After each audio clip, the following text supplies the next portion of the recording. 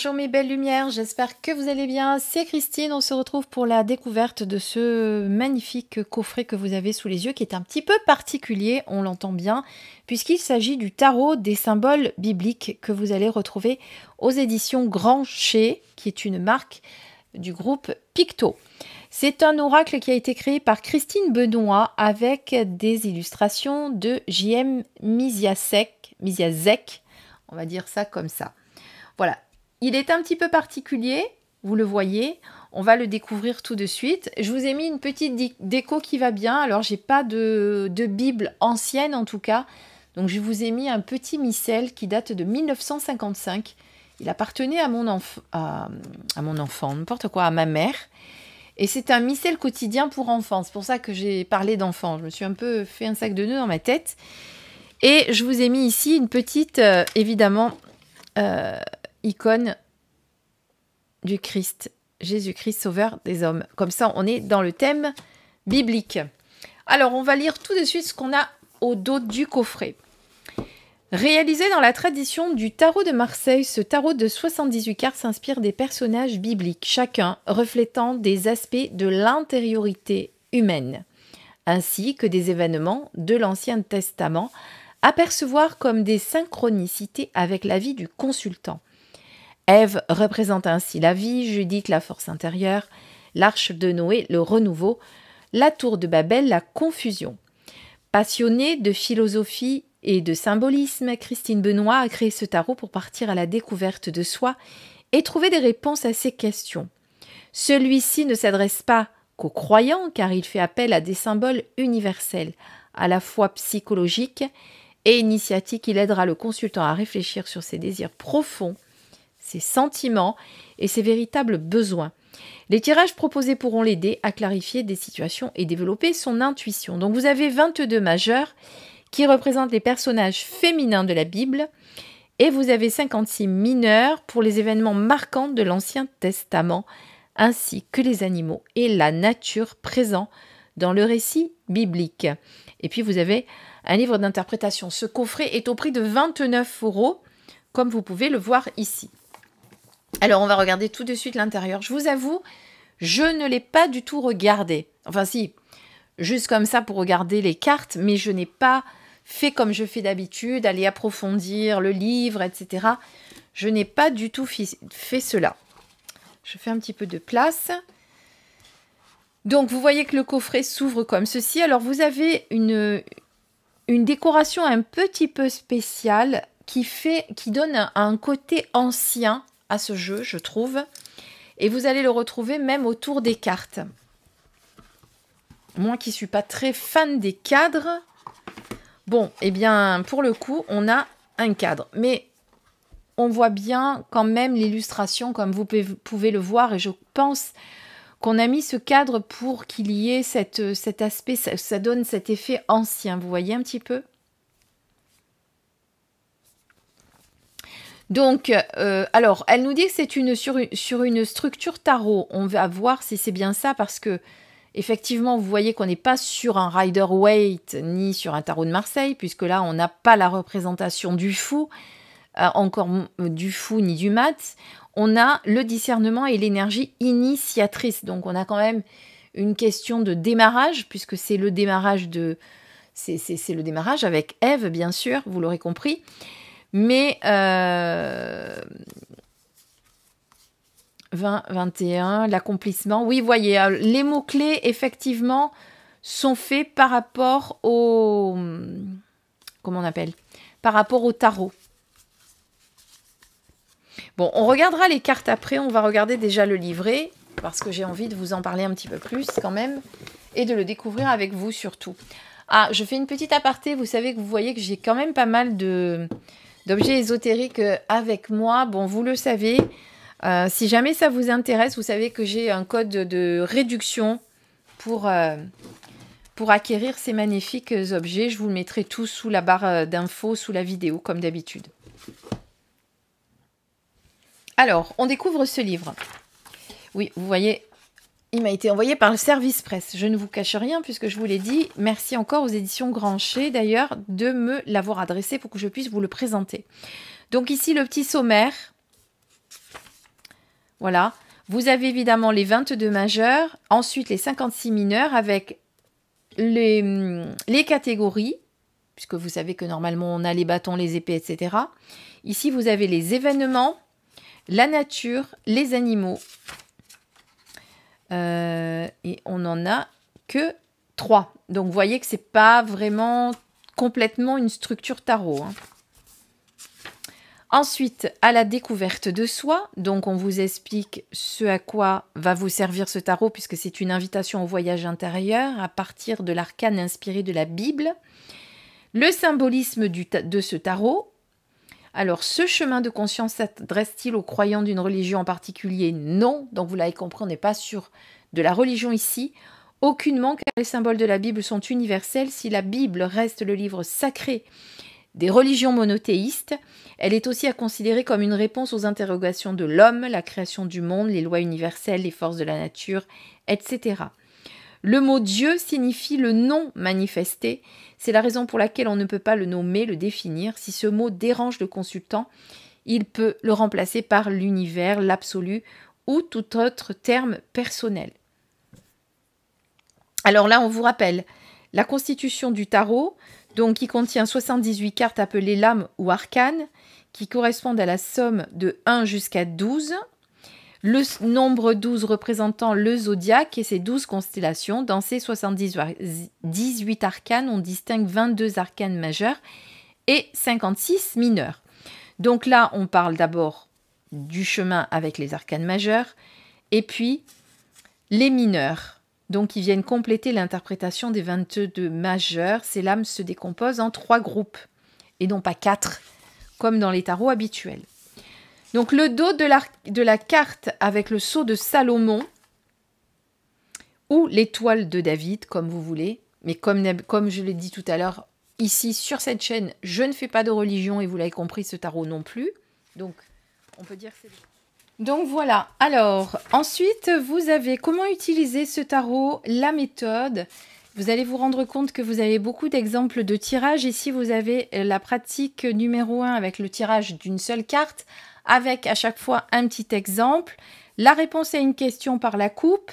Ensuite vous avez le tirage en croix, la compréhension d'une situation avec des exemples puisque situation, compréhension, obstacle, ressources et réponses. Ensuite, vous avez un exemple de tirage, comme je vous l'ai dit tout à l'heure. Vous avez le tirage en croix pour la compréhension d'une situation passée qui bloque le présent. Là aussi, vous avez un exemple. Faire le point sur sa vie pro. Là, le tirage en pyramide pour réfléchir avant de prendre une décision pour l'avenir, qui va s'utiliser avec le jeu complet. Vous avez un exemple également. Donc, vous voyez, vous avez quand même pas mal d'idées de tirage que vous pouvez d'ailleurs adapter. Vous le savez, moi, c'est ce que je fais souvent, que vous pouvez adapter à vos autres jeux de tarot, par exemple. Alors ensuite, vous avez donc la carte avec ici une petite pastille reprenant l'illustration, le numéro, le nom, le mot-clé, puisque c'est ici que vous l'avez également. On vous dit qui suis-je? Donc j'étais Isha, la partie féminine de l'être humain nommé Adam. Après l'exil du jardin de l'Éden, je suis devenue Ève, qui signifie l'être qui donne la vie. Donc vous avez une description de la lame, vous avez l'analyse de l'arcane, l'étude du nombre, donc on a un peu de numérologie ici. Qu'est-ce que la lame révèle aujourd'hui? Dans le domaine pro, le domaine relationnel, vous avez le conseil de la lame, le voyage initiatique et ce que ça veut dire lorsqu'elle est à l'envers. Donc vous voyez que c'est très très riche, il y a beaucoup de choses. D'ailleurs, c'est un beau livre, un beau bébé où vous avez beaucoup de choses. Ensuite, on passe à la 2 avec la même chose. Donc vous l'avez vu, on a à peu près 3, 4, 5 pages ici pour la carte numéro 2. 1, 2, 3, 4, 5 aussi ici. Bon, en gros, on a quand même pas mal de choses. Hein. C'est très très fourni, il y a beaucoup de choses. Moi, j'aime quand il y a... Alors, J'aime quand il y a beaucoup d'explications, surtout pour les débutants. C'est bien. Après, il ne faut pas qu'on se perde aussi dans les explications. Mais là, pour le coup, je trouve qu'il y a un gros travail qui a été fait et que vous allez pouvoir faire du coup avec chaque lame. Alors, on va voir en fin de livre ce qu'on nous dit. Bon, là, on nous dit pas plus, puisque là, on est sur la description de la lame numéro 78. Donc, voilà. Bon, eh bien, on va découvrir les cartes maintenant. Hein. Vous voyez que c'est un tarot qui est assez riche. Alors, au niveau des cartes, on est sur une bonne qualité de cartes. Vous voyez, ça revient bien. Pas de tranche, comme vous pouvez le voir. Un dos, donc, avec le sceau de Salomon. Et ici, vous avez donc le cadre du coup, hein, puisque vous voyez que vous avez un cadre autour de l'illustration. Donc là, on ne peut pas y échapper forcément. Du coup, on a ce cadre qui prend beaucoup de place avec les mots-clés qui sont en dessous aussi. Voilà. Bon, après, comme vous le savez, je ne suis pas une grande fan des cadres. Mais je pense que pour celui-là, étant donné le sujet qui est abordé, eh bien, on pourrait dire que ça peut passer parce que ça lui donne, en tout cas c'est mon avis, ce petit côté ancien et religieux aussi. Enfin, pas religieux, c'est pas ce que je veux dire parce que, comme je vous l'ai dit, on n'est pas sur la religion ici. Mais vous savez que généralement, les illustrations qui sont en référence avec la Bible, etc., elles sont un peu particulières. Vous voyez ce que je veux dire? Ce petit côté un petit peu sacré. Voilà. Pas religieux, mais on va dire sacré. Donc voilà. Alors, si vous êtes d'accord, on va regarder toutes les lames une à une. Comme ça, vous allez pouvoir les voir de plus près. Voilà. Je vous ai fait un plan rapproché. Donc, on va regarder. Alors, pour commencer, on a Ève avec la vie. Donc, on est sur le commencement. On a le 2 avec le tout est possible, confiance, patience. Donc là, vous savez qu'on est plutôt normalement sur la papesse.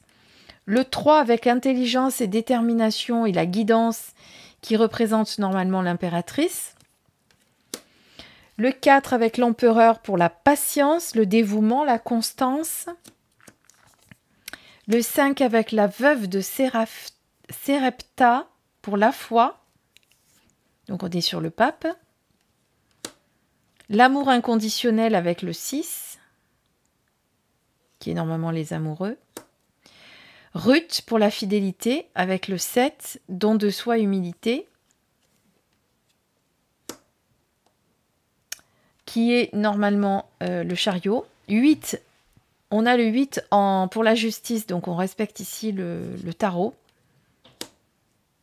Le 9, avec la clairvoyance et la révélation pour normalement l'ermite. Le 10, pour la roue de fortune, la force intérieure, qui est normalement la force. 12 pour l'attente, qui est normalement le pendu. Et la mort, qui est normalement la SN. Ici, la tempérance pour la conciliation et Abigail. 15 avec le pouvoir, qui représente le diable. La tour avec le bouleversement. Le courage avec l'étoile, affirmation de soi.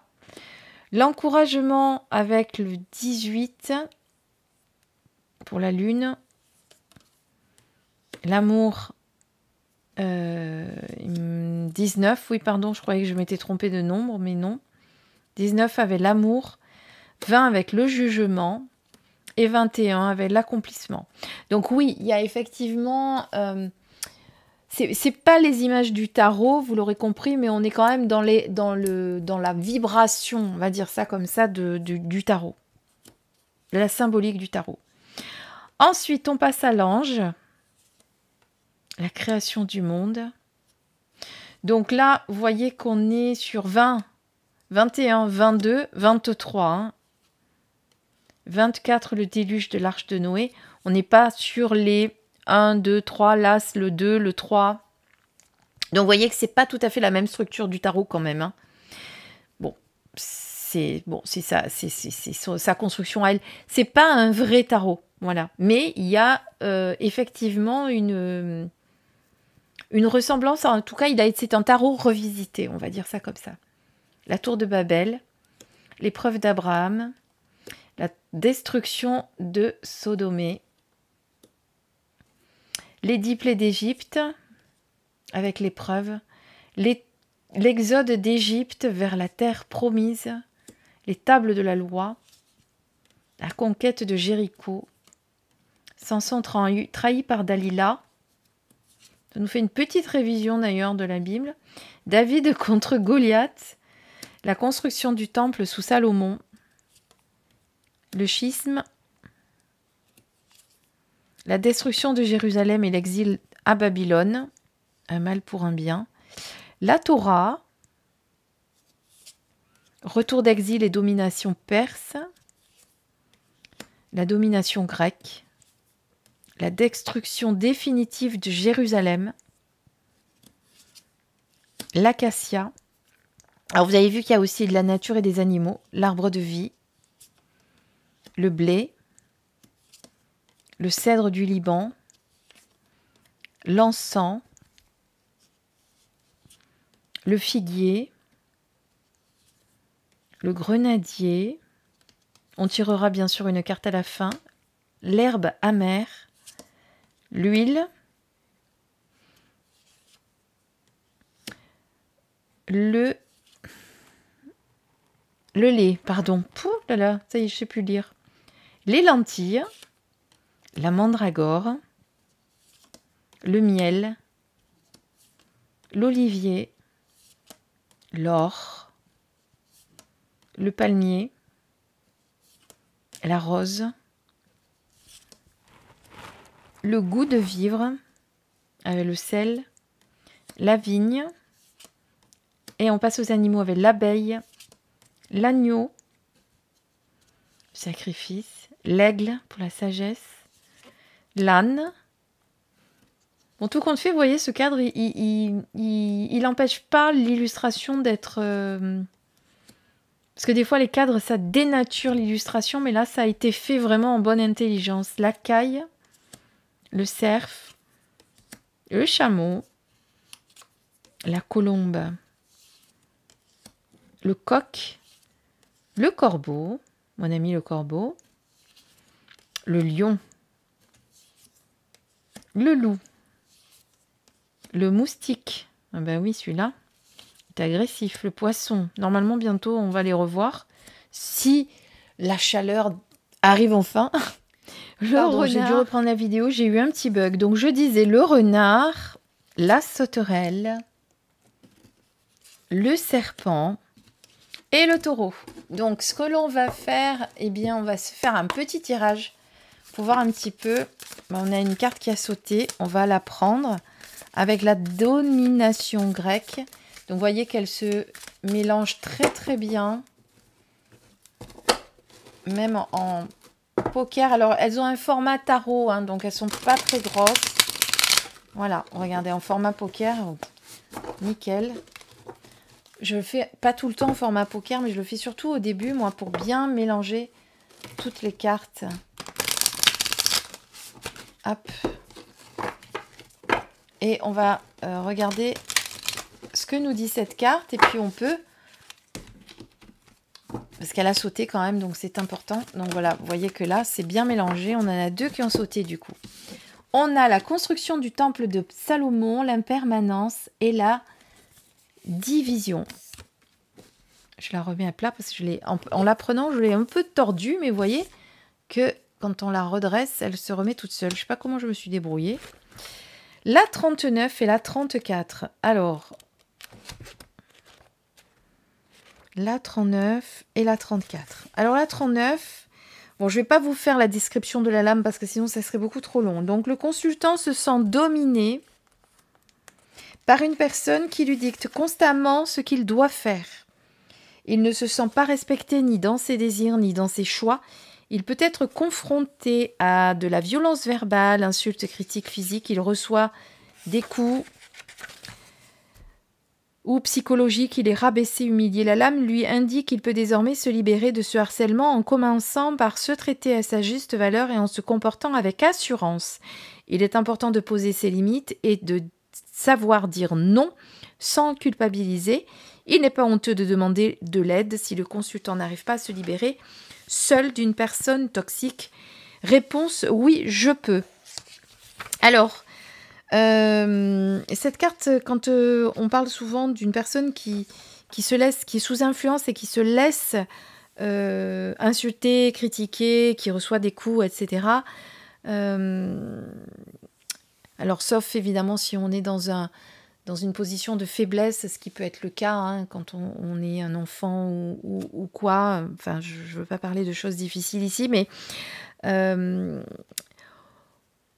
on a le choix de pas laisser le pouvoir à l'autre. Voilà, c'est ce que je veux dire. Hein. Je sais que pour certains et certaines, ça va paraître difficile. Vous allez vous dire, oui, Christine, c'est difficile, etc. Tu sais pas, tu connais pas, mais si, je connais, je sais ce que c'est pour l'avoir vécu plusieurs fois en plus. Donc, à un moment donné, le pouvoir, on arrête de le laisser à l'autre et on décide de reprendre le sien.